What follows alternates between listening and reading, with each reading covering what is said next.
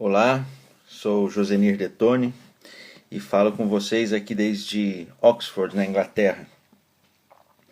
Eu sou um ex-sodalite, estou acompanhando as notícias que estão saindo em virtude da publicação do livro do Pedro Salinas e estou muito tocado com tudo que está acontecendo, com todas as reportagens que estão vindo à tona, e penso que é importante eu também dar meu testemunho como uma forma de levar informações verdadeiras para quem de alguma forma se vê envolvido nessa situação.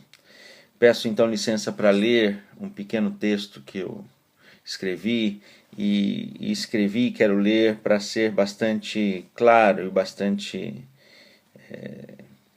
preciso nas minhas afirmações. Eis o texto. Sou Josenir Lopes Detoni e desde criança quis ser padre e por isso me aproximei dos sacerdotes que trabalhavam em minha paróquia, Nossa Senhora da Guia, no Rio de Janeiro. Eles eram sensacionais, meu modelo de vida. Com 10 anos de idade, no ano de 1988, minha principal alegria era ser acólito, coroinha, nas missas de fim de semana. Meus pais se mudaram de cidade, mas com 13 anos consegui fazer 4 viagens para visitar aquele que seria meu futuro seminário. 13 horas de viagem de ônibus, sozinho. Atividades do Movimento de Vida Cristã, o MVC, passeios, músicas do Taquiacta em fitas cassete, a liturgia, tudo me parecia realmente divino. Em uma dessas viagens conheci Hermann Doig e Luiz Fernando Figari. Com 15 anos de idade, deixei minha família, que morava no norte do país, para poder ir ao seminário. Como sodalício não tinha seminário menor, que é o seminário para pessoas que ainda estão no colégio, eu fui generosamente recebido por um casal, por quem até hoje nutro profunda gratidão. Fui recebido em sua casa por 3 anos, até poder entrar formalmente em comunidade. Nesse período, tive a oportunidade de estudar, por pedido do sodalício, em uma das melhores escolas do Brasil, o que marca minha formação até hoje. Nesses 3 anos, de 93 a 95, fiz o meu melhor. Estudei muito e trabalhei arduamente nas atividades do Movimento de Vida Cristã, ocupando diversos cargos no mesmo. Ao final de 1995, fiz, junto com quase todos os meus colegas de agrupamento, promessa de aspirante. Dias depois, eu que já estava em processo há muito tempo, fui aceito em comunidade, onde vivi 4 anos. Um no Rio de Janeiro e outros 3 em comunidades do Peru, incluindo São Bartolo. Não vou entrar em mais detalhes, a história é longa. Portanto, mesmo guardando gratas lembranças de alguns aspectos do que vivi nesse tempo, passo a relatar agora, em virtude dos acontecimentos, apenas o inaceitável dentro daquela instituição. Como primeiro elemento destaco as ideias únicas. Fui levado a me vestir como sodalite, a falar como sodalite, a agir como sodalite. Tratava-se de ter o estilo sodalite, uma espécie de derivação prática da espiritualidade sodalite. Havia uma clara pressão para que se atingisse o molde. Qualquer tipo de questionamento era visto como negativo, produto de sua própria fraqueza espiritual. Já dentro de comunidade, o pensar unificado era um subproduto da obediência, entendida como a voz de Deus que fala por meio de seu superior.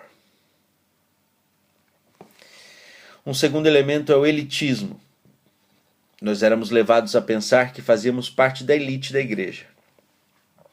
Outras espiritualidades cuidavam de coisas secundárias. A nossa era a de salvar a igreja, de sermos os modelos de santidade dos novos tempos, combatendo todo o mal.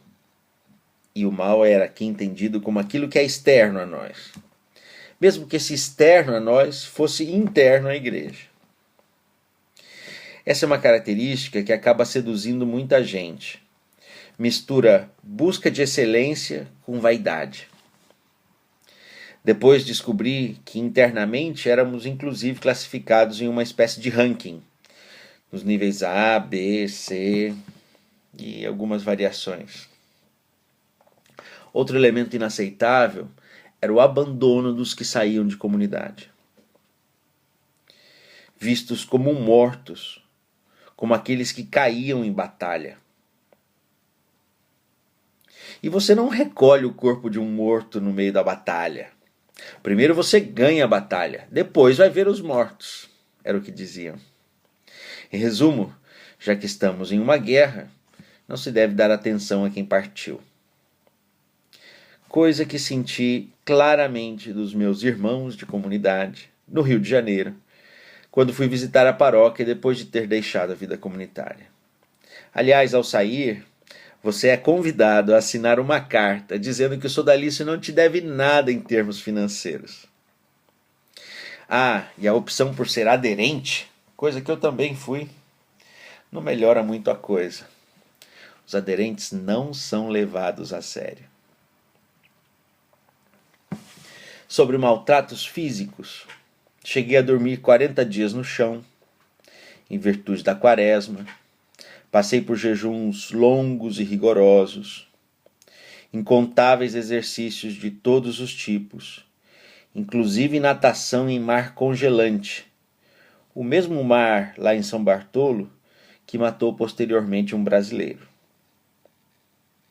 Quanto aos exercícios, que aliás os superiores não faziam, e aqui nós temos um destaque especial para o Luiz Fernando. A coisa era tão exagerada que se você simplesmente não conseguisse mais, e o mais era muito, muito mesmo, era porque você era um preguiçoso, um echado, ou não tinha vocação. Por causa disso, muitos se machucaram gravemente. Quanto a maltratos psicológicos, talvez até piores que os físicos, eles eram geralmente vinculados a essa má visão da obediência religiosa e do papel do superior. Apenas para exemplificar, em certa ocasião, fazia parte de um grupo de 3 que serviam a mesa para 23 pessoas. Um dos meus colegas de serviço serviu para o superior um refrigerante que não era dele. Isso foi visto como alto desrespeito à figura daquele que representava o Cristo na casa. Nosso castigo, além de muito xingamento, foi retirar e colocar a mesa completa, lavando, secando, recolocando tudo novamente na mesa por 100 vezes sem parar, sem comer. Isso durou 8 horas e meia de sofrimento contínuo e repetitivo. Nesse tempo, o resto da comunidade não podia comer também. Ao final, o distinto superior encarregado da formação em São Bartolo colocou nós 3 em fileira e nos xingou novamente, ofendendo inclusive as nossas mães. Como eu estava visivelmente afetado com o ocorrido, ele de quebra ordenou que eu ficasse do lado de fora da comunidade, para não contaminar a casa com a minha energia negativa.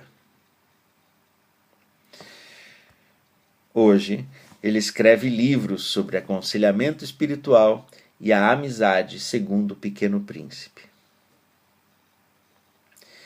Isso só para não entrar em maiores detalhes sobre quando quis realmente me matar, mas não tive coragem, o que me afundou ainda mais em um processo de depressão com manifestações psicossomáticas que me levaram à cama por 8 meses. Tive que matar Deus dentro de mim para poder sobreviver. Consegui, depois de 2 tentativas, fugir de comunidade. 3 meses depois de minha saída, estava usando drogas, caminho, aliás, que outros ex-sodálites já percorreram também. Outro tema muito importante, o da limitação das liberdades individuais. Pedia-se permissão para tudo. Sua agenda de atividades era aprovada diretamente por seu superior. Seu não cumprimento era visto como um pecado. Todas as nossas relações com a família eram intermediadas por pedidos de permissão.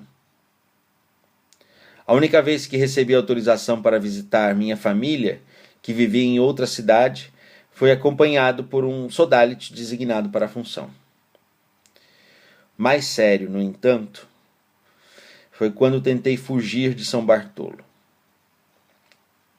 Ao perceber que eu já estava fora de comunidade carregando uma mala, um irmão correu até a praça, onde eu já me encontrava, e me deteve fisicamente. Agarrou-me e não me largou até que o superior fosse chamado, o mesmo superior dos livrinhos. Momento a partir do qual continuei detido até que nossa conversa me levasse ao choro e a mais desequilíbrio emocional. Concordamos então que eu precisava discernir mais. Portanto, sair de comunidade nem sempre é fácil. O culto à figura do fundador. Uma vez fui humilhado publicamente por Luiz Fernando, e meu superior direto foi notificado, por eu ter dito a ele que ele havia se equivocado sobre sua pretensa capacidade de ler o que eu estava pensando. Ele disse que eu havia pensado uma coisa e eu simplesmente disse a verdade, que não. Isso bastou para ele me colocar no centro de uma conversa com outros sodálites presentes sobre o problema da mentira.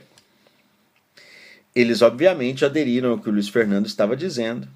Afinal, além de fundador e superior, ele era iluminado. Quanto aos abusos sexuais, não tenho muito a dizer. Aliás, não imaginava que isso pudesse acontecer no sodalício. Vários dos que hoje são citados como abusadores eram vistos por mim, inclusive, como bons amigos.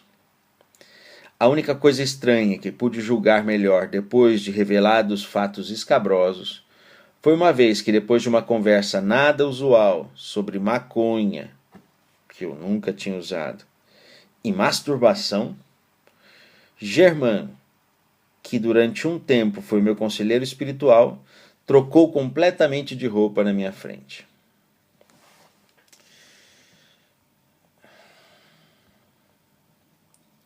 Há muito o que contar, muito a trazer à luz. Faço isso como um exercício pessoal e porque parece não haver suficientes testemunhos disponíveis em português. Arrependo-me do que vivi? Não. Foi o que eu achei certo e o que me foi possível ao longo de minha jornada. Também tive meus erros, que em sã consciência não devem ser atribuídos à minha passagem pelo sodalício. Aprendi, além do mais, muita coisa boa que marca profundamente minha vida até hoje. Também guardo no coração as figuras de pessoas muito especiais que conheci. No entanto, deixaria meu filho passar por isso? Definitivamente não. Espero sinceramente que a instituição encontre um bom caminho para refundar-se, preservando assim a caminhada de muitos que a ela se dedicam com ardor e generosidade. Um forte abraço.